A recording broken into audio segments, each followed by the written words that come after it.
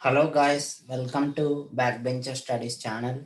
In the last class, we have discussed how we can comment about the stability of the system based on Routh-Hurwitz criteria, and if there is a zero in the first row of this Routh array, how we can find out actually the stability of the system based on substituting the value of epsilon in this Routh array.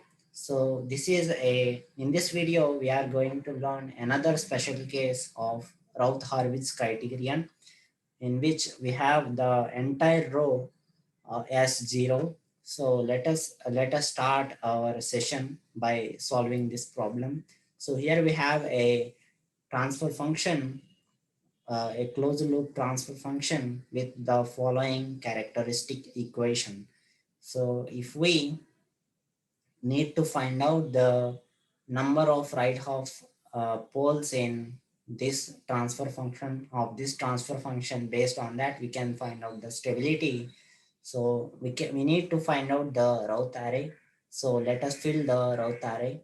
So the highest power is s power 5, and so we are writing this s power 5, s power 4, and s cube, and s square is there, and s power 1 and s power 0 is there.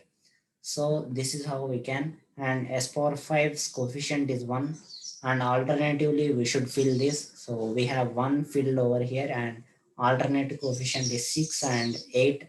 So 168 is being filled over here, and as power 4's coefficient is 7, and alternatively we have 42 and 56.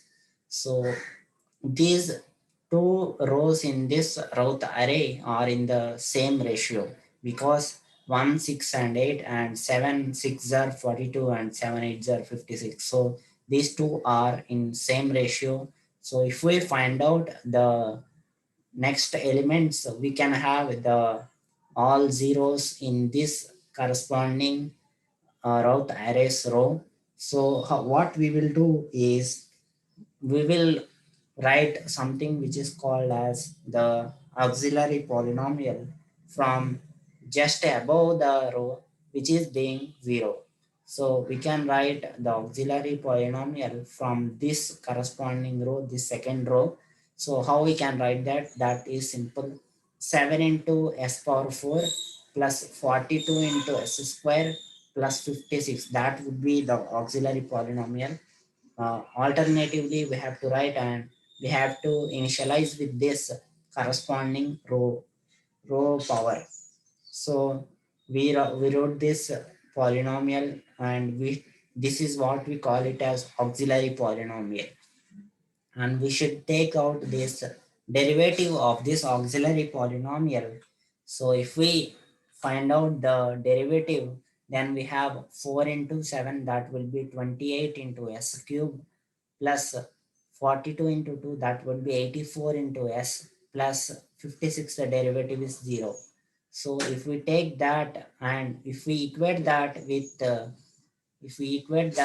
0, we can have the roots in on the imaginary axis. So by taking out these zeros, by cancelling out these zeros in the Routh array, if we write the coefficients of this over here, like 28 into s cube and for 84 into s power 1. So we have the coefficients of s cube as 28 and 84 alternatively. So if we take the ratio and write that in the Routh array, we can have 4 and 12 in this Routh array. So, and by using these values, if we are finding the other values of this Routh array, this is how we can find out the values of this Routh array. So if we see the first row of this Routh array, we cannot find any sign changes in this first row. So there are no poles in the right half plane. Therefore, the system is stable.